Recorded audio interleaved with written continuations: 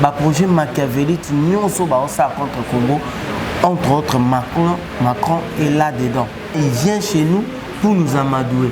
Et dans tout ça, on sait que Macron a dans démarche moro.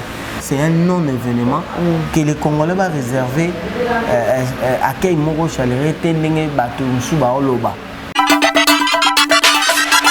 Info 243 au cœur de l'actualité.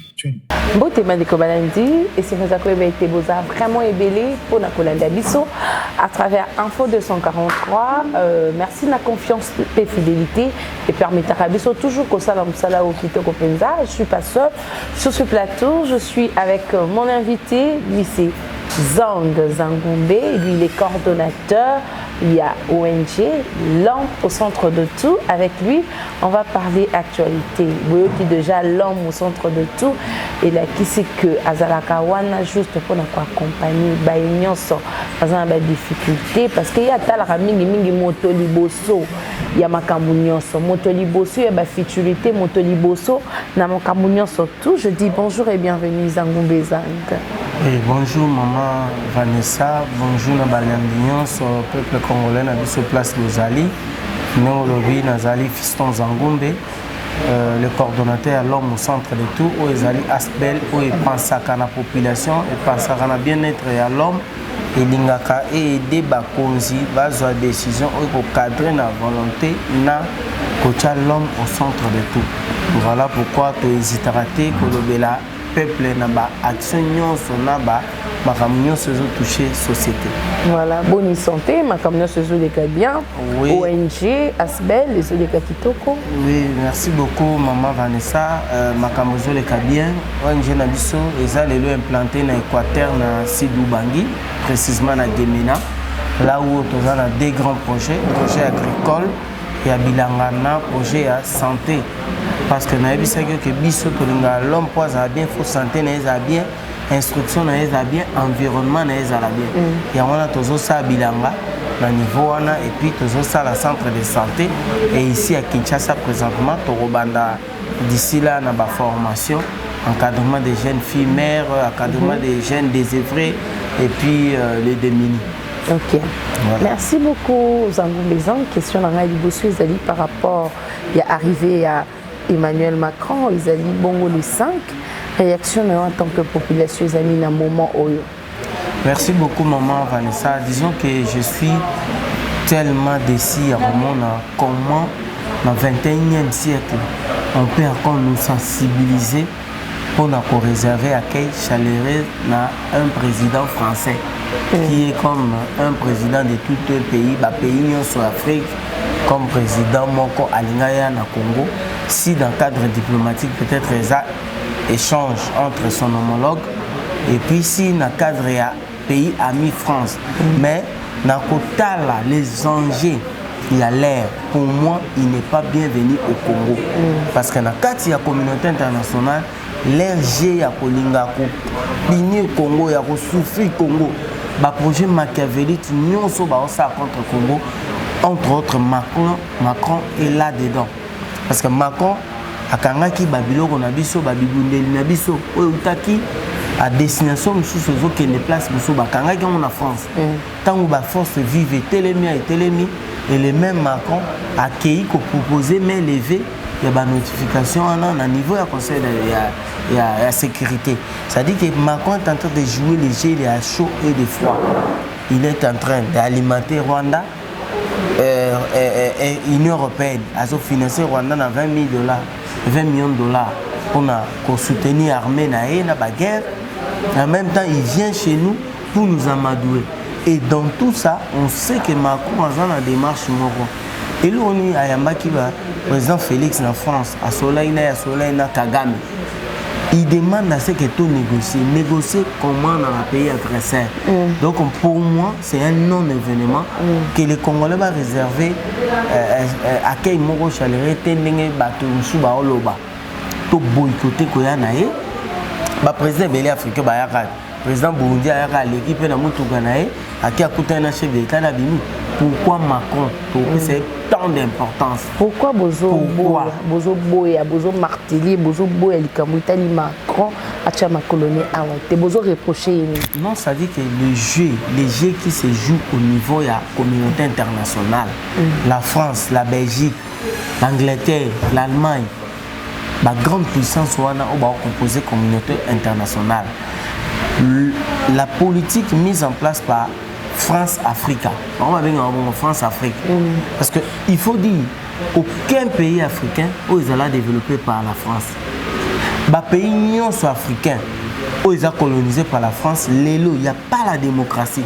On prend ces gens-là, les pays on a comme des bêtes. Dans le Brazzaville, ça soit fait combien de temps? Vous croyez que les Congolais là sont des dupes parce que ça soit non, c'est parce que la politique mise en place par les Français, ils ont plus utilisé le président africain comme des marionnettes.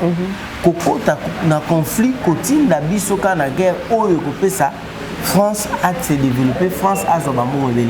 On appelle ce exemple à Gabon. Si la France était honnête et sérieux, le peuple gabonais ne peut pas souffrir à cause de la dirigée par un président presque moribond, presque il ne travaille pas, handicapé. Même dans la mission normale, on dit que ceux qui faculté à président, la constitution a mis faculté à président au point qu'il doit démissionner. Voilà, donc je dis, détruire Mali, détruire Guinée, détruire Burkina Faso, le pays des hommes intègres. Les Français n'ont pas de leçons morales à nous donner. Emmanuel Macron n'est pas la bienvenue parce qu'il est là pour jouer les jeux. Il y a Rwanda, il y a Burundi. Biso toza pays francophone. En Afrique, toza na kati ya OIF.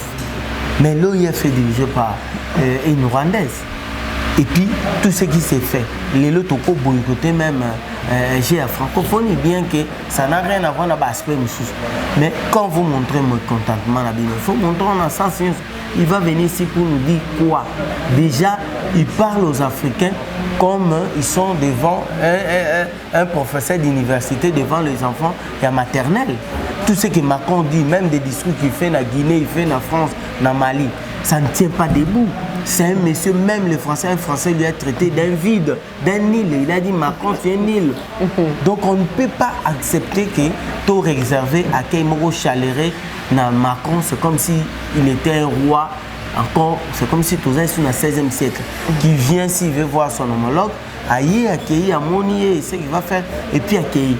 Donc il ne faut pas nous tromper. Les lois du peuple congolais, à combien de mis sous souffrance, la vie c'est tellement ma casse. L'unité, voilà, sur la face. Donc voilà. Ok, merci beaucoup. Toujours continuer toujours. Le Cambodge dit Poutine. Tu vas préférer Poutine à la République démocratique du Congo que Macron. Et là, ils ont poussé les Congolais et Bélé parce que les lois sitting et Bélé Salami na ambassade en France. Donc, et là, pourquoi choisir Poutine que Macron? Bon, moi, étant que panafricaniste, je me dis les Africains devraient être conscients. Nous devons être conscients. C'est parce que les présidents africains, ils sont comme des élèves devant les Occidentaux. Ils sont tellement faibles.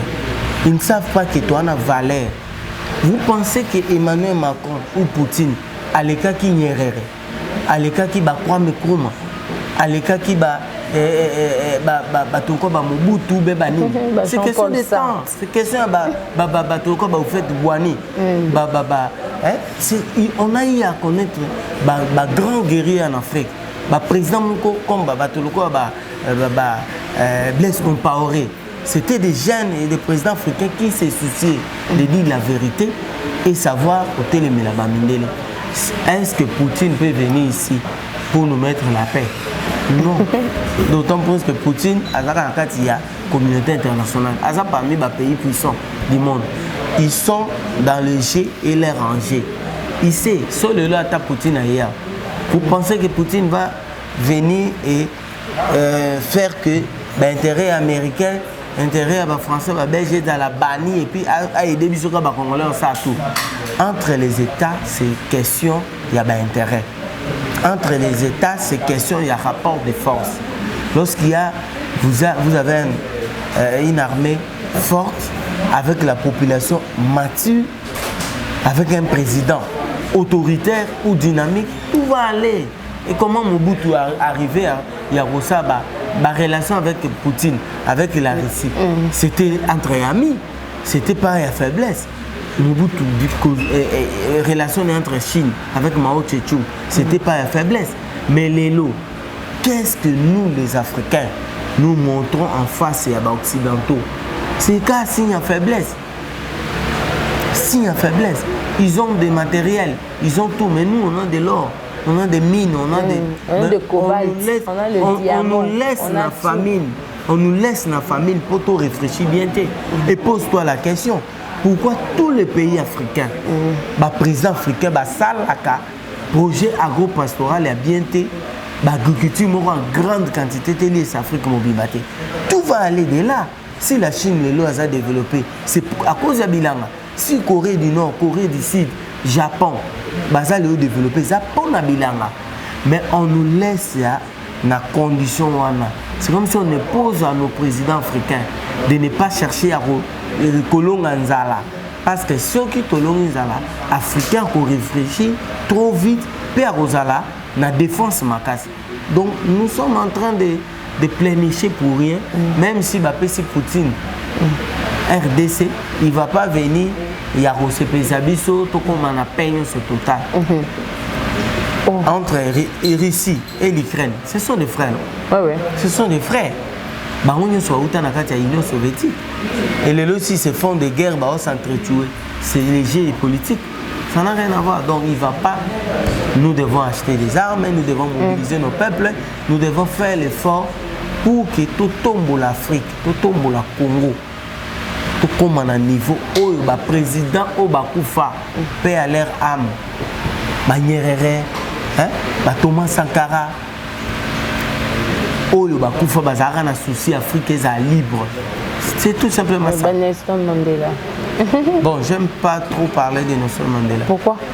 Bon, en fait, comment naïe inspirant vraiment. Ok. Inspirant vraiment, bon, je concède ça. C'est notre débat. Ok, merci beaucoup. On continue toujours. Parce que s'il faut dire quelque chose, déjà, l'Afrique du Sud, ils ont l'indépendance quoi? Économique, du pouvoir. Ils sont des présidents, sont des noirs, mais ils ne gèrent pas. Finance et Ténina, bien que ça montre qu'ils ont avancé, mais en réalité, s'il faut faire l'analyse réellement, moi je me dis, je ne vois pas grand-chose. D'accord, merci beaucoup Zangoumbe. On continue notre émission Ngobila. Tokotali Kamutani Ngobila Gentini.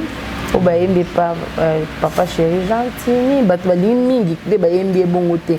Ba maman belé ba oritame ba obo kele maputa bazo la kele toujours mabe komona que zandu babuka ki lelo babuki ba maison nyonso ezali kotumsanzela eza avantage ya mboka to eza des avantages parce que to moni pe condamnation ekozala bien mais bato mosusu batonga likolo ya bakaniveau tala ndenge Kinshasa ekomaka kin label après la pluie vient le beau temps mais tout le monde a bas désordre et ça est-ce que l'initiative il y a bongo azuna homologue neye chez Coco Mulumba réaction ya Zangoumbe Zang par rapport à ma camion stuana.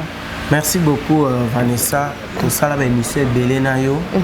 Na ça la émission à TV Belé batu balandinga baebi ke Zangoumbe l'homme au centre de tout. Question zo toucher population âme naye momoto naye toucher en fort. Voilà. Maman a été ka map. O entreprise na eza bassin wana. Fond na eza map ya 70 000. So botolé bassin.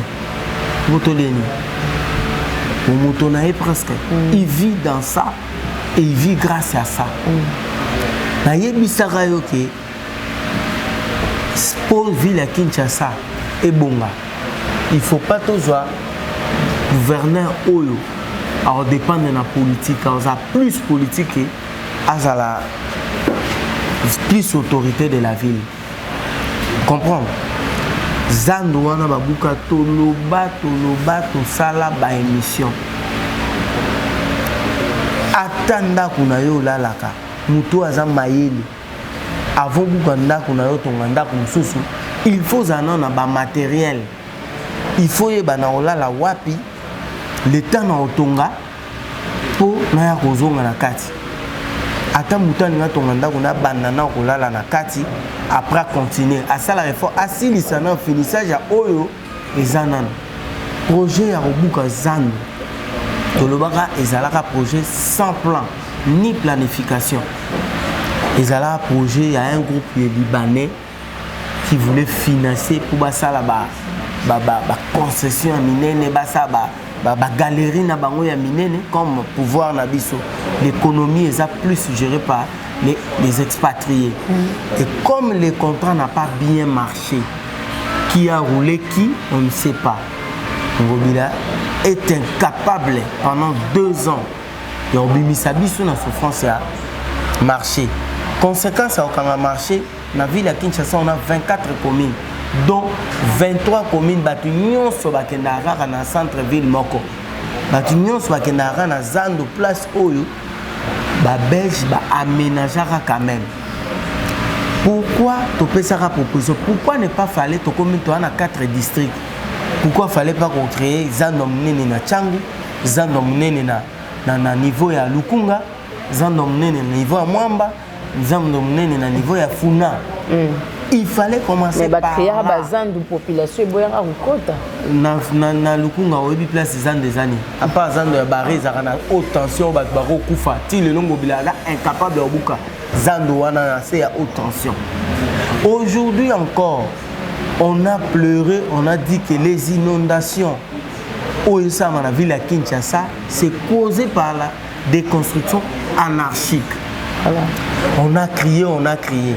Félicitations, ils ont eu le kilo, na courage, yakobanda kobuka.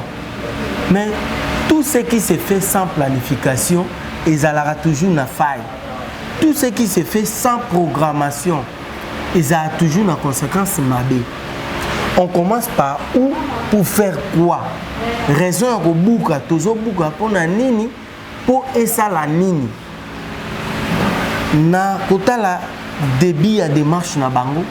C'est pour dégager l'emprise, il y a l'artère principale. Banzela, place Bapate, Kaka, Kobuka. Mais heureusement, il y a des communes, il y a des quartiers, il y a des rivières qui traversent. Il y a des canalisations, il y a mailles, où il y a des quartiers. Soko Zuma, il y a Njili. Bandi koya okolanda yango mona keleki na matonge leki kasavu ekoti quand le fongo leketi na fleuve so zuma ya makele le komona ke euti mbinza eye eleki na kati kaluka ekoti na kitambo ekoti na ka mon frère eye lelo ngobila na bande kona bango batu oyo bayebi ne batekaka ba espace ya ville. Ils savent très bien que pembeni ya ba mai ya ba rivière wana il y a des patrons à nouveau riches à Congo. Naba homme fort à Congo, batonga banda kuna bango pembe na mai. La loi est claire.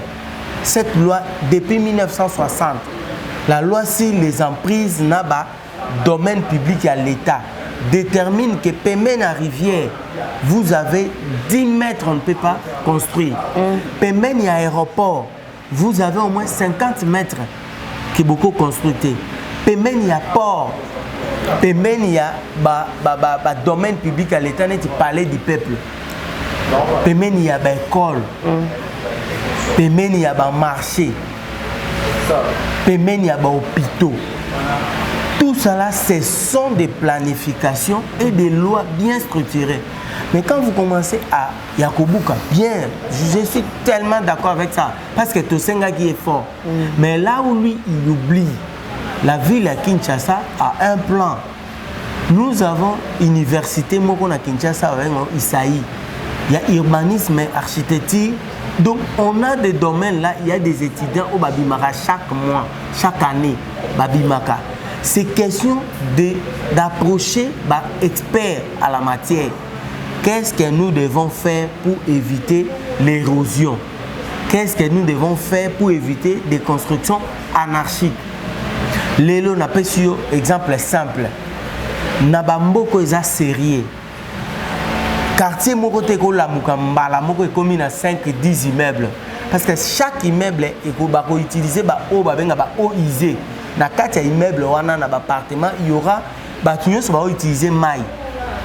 Mais na libana ya immeuble ba ndako wana botongi bosali ba canalisation te ndenge za boso ba pesi yo place moko muke okota obima te ça veut dire non forme ya kotonga caniveau ça dépend ya canalisation ya oyo ekozala diriger wana mais tozika quartier Bovan qui a autorisé que quartier Bovan et comme on a ba construction ba niveau nyonso wana alors que caniveau ezate conséquence batu bazoye bate que mayo ezotonda na kwa ya palais du peuple na mayo ezotonda na sima palais du peuple tout et outi na ba construction salami pembe na palais du peuple oyo ba dégagement ba canalisation ya maille ezate ba égout il y a ce qu'on appelle ba égout chaque nzela chaque quartier ba liaison ya ba commune ezana ba égout wana eza maille oyo outi kalamu eye commission moi par exemple na avenue Victoire avenue Victoire au mona ba maille ebele ramasa na Victoire tout ça egoya et oyo CGT na kalamu ozo comprendre liboso ya ISES place ezalé kala école de navigation on remarqué maille etonda na place wana mingi pona nini ba bwaka ba biloko na kati ya egu wana ya lokwa chambre de visite et permettre à maille circuler que est normal ba boucha yango so maille beti et mati likolo ya moi pon wana et puis inondation comme place maille se comme il doit revenir à la normale à ça la planification il y a aménagement du territoire il y a ville à Kinshasa basé sur ba commission au ministère alors que aménagement en termes simples eza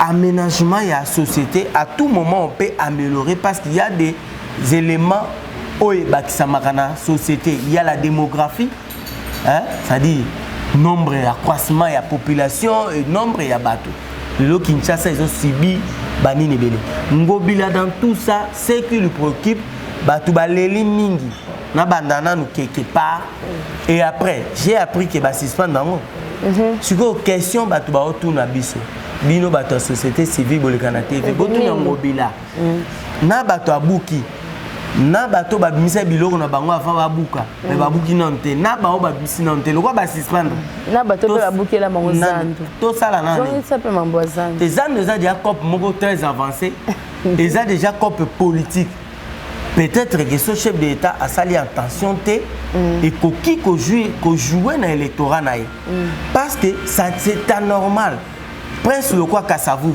soko bani na roi Gading ti poko mana nyangwe okomana kabamba mais tu te dis est-ce que c'est payé normal ndamoko na leki na voiture na komi wana bukani et sali ba mai je me pose la question du fait ya kokanga zando en réalité na ebisaka yo keza moi masse ya pavillon wana balouvoa bakato banini ezalaka zando te zando belge salaki ezali ba pavillon wana monaka so quatre pavillon wana c'était à l'époque population chinoise ezalaki muke mais zando eko s'étendre jusqu'à lelo na ebité so comme croix rouge na bakati ya ba venu wana nyonso comme zando l'état a yebi même pas est-ce que bato wana ba faux sceptique na bango par rapport à nombre bato bazana est-ce que réellement zando wana obo élargir en et il y a conflit de compétences na côté à zando tourné voilà. Parce que côté mususu ezana kati ya commune à Kinshasa côté mususu ezana commune à Barumbu côté mususu ezana Gombe mais qui fait quoi qui gère quoi du fait que Kangazando doit venir Kasavubu et Koufi Roi Gading et Koufi. Mais les camboyais ba plastique est-ce que le plastique les a contribué na ba destruction ya propriété na mboka na biso ba kanga usine na ba plastique ou bien ezala kaka oui ba tebele ba poser la question wana est-ce que plastique est-ce que to kanga plastique non vous savez il faudrait pas biso ba congolais topé sa image toujours que toza moins intelligent tozo lingate tola na makamso esa makana bamboka msusu mutu mwa lo ba toza na grâce au président de la République avant da trône na poto toza na grâce au bangobila ba Gentini ba Jekoko bango nyonso baza bana ya poto voilà mais na poto plastique ezala na poto plastique ezala na fait ici plastique ezala plastique eza mabe au contraire pour tout. C'est parce que balingi babimisaka mbongo ya l'état pour cause ya dégagement ya babiloko ya plastique. Mais plastique en elle-même et qu'on peut ça l'état mbongo ebele. Na Chine avec de plastique ba osala ba pot de fleurs, ba osala ba sapin, au bosomba trop cher. Na Chine ba osala tout ce qui est plastique. Tout ce qui est banini, ti lelo ba ketcho ba na ba komola ta mikolo, ba ketcha ba plastique ebele. Mais ça vient na ba produit plastique kamana. Mais fallait l'État a créé usine ya traitement ya déchets non biodégradables. Donc ba sachet ba biloko wana. Ce qui usine dans salami, transformation ça très bien. Vous demandez aux Congolais l'élo que Moutinho Saroyana 1000 bouteilles ya maï à $20. Maman, au commande un nombre ya bala et puis na pession qu'à 3 mois.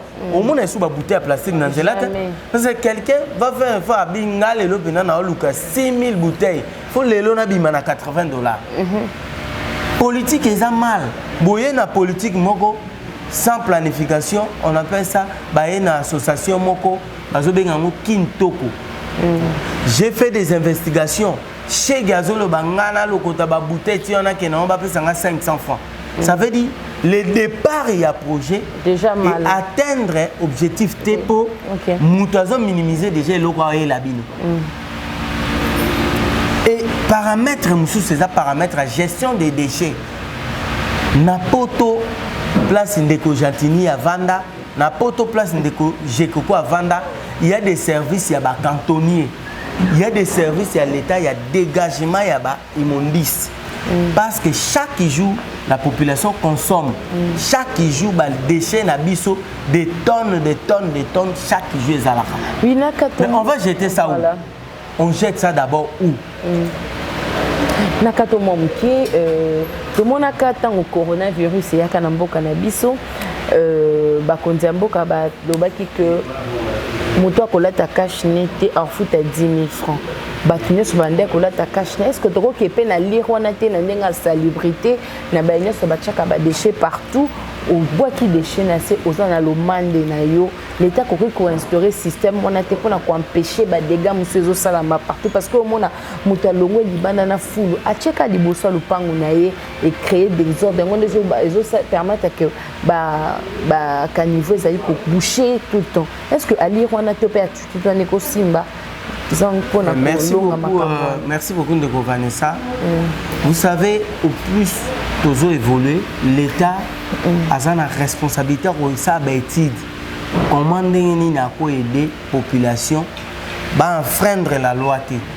Comment aider la population à déborder tes comportements. Parce que l'éducation commence à la maison et après, ce qu'on vit à la maison, tu peux rattraper ça dans l'instruction, c'est-à-dire l'école. Ce que tu as en école, tu peux ramasser ça dans la rue, éducation diffuse. Mais nous avons un problème. Depuis l'État, pouvoir naïe na base des alarais sous-souté. Il y a un problème, mais les bisognos sont hauts. Pouvoir à l'État à la base des années. Nous devons commencer par les chefs des riz. Des chefs de riz, ils ont un pouvoir. Est-ce que Bazala sous? Non, vraiment Bazala sous. Non, mais tout est comme administrable. Au chef de tout riz, est comme tout est comme ministre, gouverneur. On a négligé tout. Il y a ce qu'on appelle la police de proximité. Au chef du quartier. La police de proximité. Au moment où les policiers sont les Canadiens, à mon niveau, il y a une cantine, il y a biloko. À Sopana. La foule est sopana terrassé. Mais la police et lui-même la police a évité les missions a évité. Yo so mona ba ke jige mutu na ba susata na po aboka yi poubelle na kati ya terrassé. Lelo na Kinshasa, il y a des comportements ya batu musu ba obimisa ba sala yesu ba faux sceptique te ba sala resusu ba koma ko bimisa même canalisation ya ba oize na bango ya lopangu na balabala. Omona mutu ayeko sukola nzungu fufu na balabala boaki. Mais c'est pas la police ou le gouverneur Moutarubanda qui quitte na CT. Chef de riz a la responsabilité chaque matin, chaque jour, à sillonner na venir na voir quel comportement est botami il y a Sikana Veni, qui fait quoi? Qui est en train de faire des débordements? Parce que là, on a tant de bêta, mabaya papa zo bêta, cabine nae, abani on a 8h 16h ici, l'obé abandi koteka. Pour baya retourner, il faut baser la décision à ville à Kinshasa. Mukolo yo kana ke bobu ka batunyo so batonga ba bala. Nde babimi. Chef de quartier ba comment presque nul. Beaucoup d'entre eux bazana ba âge avancé. On a fait des propositions. Bara génie, ba chef de quartier. Ba pesa bango formation ya ba OPJ en caractère général. Ba pesa ba chef de riz ba OPJ en caractère général. Le chef de riz a comment on a pouvoir que non a convoqué au yété, a convoqué au yété pour la deuxième fois. Tant on a convoqué na commune, ba vanditionnons 4 jours. Est-ce que l'obiso qui chef de riz a convoqué au Kozanga Roya? Manque de leadership, manque de pouvoir à l'État et comme faible, il y a vraiment une population a commis un débordement tellement exagéré. Moutorben na ça qui a foule ya matiti na aye nangoti na kwa venir à Sundoli. Et parfois yo mutu ya venir aux hommes na nga déposer. Panisani pe na prince na makadam. Tout le monde a mituka Hendrik Muta sa biso ba grimace en somba. Bakara poubelle, bakara kombola balabala, bakara wana. D'après les informations, Namboka Nabiso, tout ce qui est engin, il y a l'État. Ba finissa koyi ba moteur bateki, bateki camion wana vide. C'est coufé. Mais j'étais dit, IGF Moukolumso a quitté la hôtel de ville. Ata la ba engin nyonso oyo, ba soma na hôtel de ville na période ya André Kimbuta et Kendawa. Ba mususu kutu période ya Kabila. Après ça, ba généraux, ba tracteur, ba sa bilanga. Ba généraux, musu ba comment na ba bateau lelo. Pour bazo moteur et tracteur, ba tia on a bateau. Ba politicien musu ça n'est pas ya ba ané wana. Le vrai problème, nous sommes inconscients. Voilà. La population tellement a commis un manque qui a suivi par pouvoir en place. Maintenant, il a créé des habitudes à Bossani qui sont zongelaye. Pour la population, ma bébé Bossala Rayarouboa Kanalibulu. Ata to fingin de Congo Bila Tilobi. Ata to critiquer chef de l'État Tilobi. Ata to critiquer maman. Mboula wane kokota nanda kuna yo. Eko buka bana na yo. Eko détruit yo. Eko bébé sa santé na yo. Somba tonga place au kola la malamu. Kola lande eza paix à Moutou. D'ailleurs, article 5 de la Constitution, l'État a le droit de mettre en place logement décent na la population. Yondimi pena a na Congo la biso logement décent. Après yande ko Kabila salaire ya Oasis ça te kango trop cher. Merci beaucoup. Merci. Zang, comme Nasuka, émission rapidement. À l'allure où vont les choses, est-ce que élection est Gozala? En 2023, élection est Gozala. Parce que tout le monde a dit à Est, ils ont persisté ma case. Est-ce que tout le monde a une élection? Va voter sur Moutoumoussou, tout est comme ça, na katikati. Ou bien, Félix Tshisekedi pour à sa deuxième mandat, pour que ma communion soit et ça. Est-ce que Azan a bonne voix ou Azan a bonne voix? Rapidement. Ngana Rosala, candidat député. Maintenant qu'il y a un parlement qui a un projet moro. Proposer tout ça la constitution congolaise, la réalité congolaise. De père et de mère. Non, ça dit que tozui ndambo la constitution française, tozui ndambo la belge, tozangisa, tozan un pouvoir semi-présidentiel ou à un moment donné solingolo bana président babité.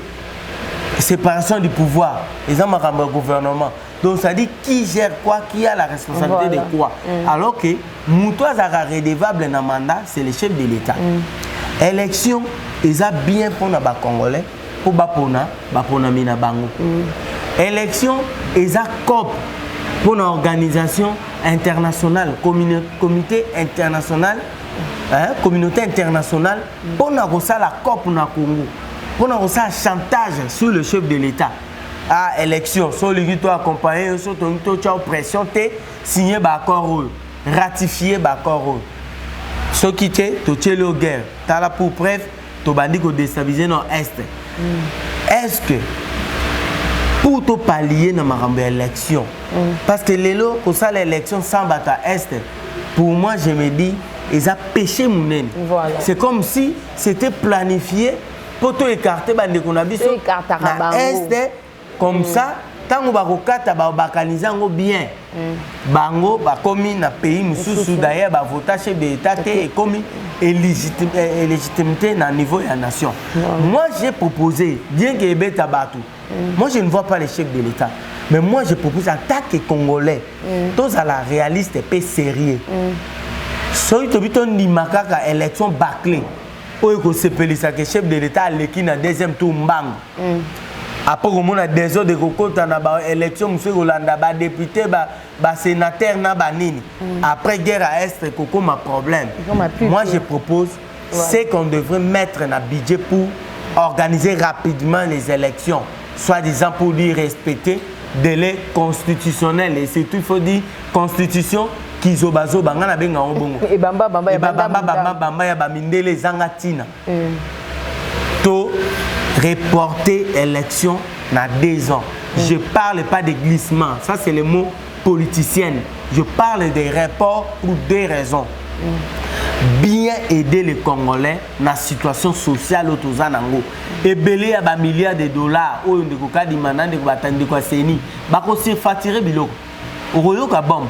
Bako surfacturer élection qui na ba milliards de dollars qui vont nous produire rien. Ba tchana nous makalisina social. Bukangalonzo oyo ndeko matata balobaka aiba mbongo na aiba mabelete. Atika mabele. Bon pourquoi ne pas rejoindre mbongo ebele? Bon sali ba projet agricole. Bon sombi ba bateau. Pourquoi ne pas ko tia mbongo na armée, ko organiser armée, ko somba ba minduki. Tosi lana une fois avec Bata Est. Merci beaucoup Zang. Et toya na élection libre, démocratique et transparente. Voilà. Merci. Merci beaucoup, Zang. Mot de la fin par rapport à l'émission Mkonadilo, numéro de contact, rapidement. Nous avons besoin de contacter. Oui, nous avons coordonnateur à l'homme au centre de tout. Nous avons Asbel et Eba na Congo, dans la société civile. Je suis syndicaliste. Il y a un syndicat Mounene Outik, dans la société civile. Ceux qui m'ont dit l'homme au centre de tout, na page Facebook, on a activité na biso. Ceux qui ont contacté 090 330 73 75 090 330 73 75. Ba o ba ofinga etali bango to fingi mutute naza candidat député na rosala pour que ba inconscient au bazana parlement ba tondi ebele wana au lieu ba servir population bazo servir mettre à penser na bango autorité morale. Nous allons amener des souffles et à couper ça, Congolais, loi où il peut permettre le développement. Pas de loi sakata, pas de loi où bolinga bo batama, oh aza intouchable, aza injité, moutounion so aza égaux devant la loi. On doit juger tous les volets et les malfaiteurs de la République. Voilà, merci beaucoup Zangombi Zang, merci P. Na Balandignon Sobolanda qui Info 243. Abonnez-vous encore très massivement. D'ici là, portez-vous bien. À bientôt. Bye. Info 243 au cœur de l'actualité.